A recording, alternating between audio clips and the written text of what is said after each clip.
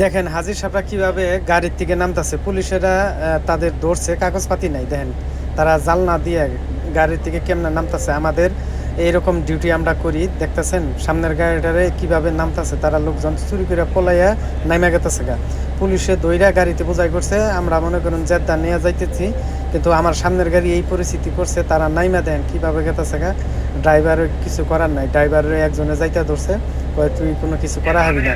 ভিতরের অবস্থা ভয়াবহ, ড্রাইভারের মনে করেন 2-3 জনের দইরা, আর সব লোক একে একে নামতাছে। তো আমরা কি করবো ভাই, আমাদের কিছু করার নাই। আমি পিছন থেকে ভিডিও করতেছি, ভিডিও করে আমরা পুলিশের কাছে দিব যে দেখি যে কীভাবে নামতাছে। তো আমার গাড়ির থেকে লোকজন নামে নাই, আমি গাড়ির থেকে মনে করেন যে ভিডিও করতেছি ওই সামনের গাড়ি, আপনারা দেখতে পারতেছেন।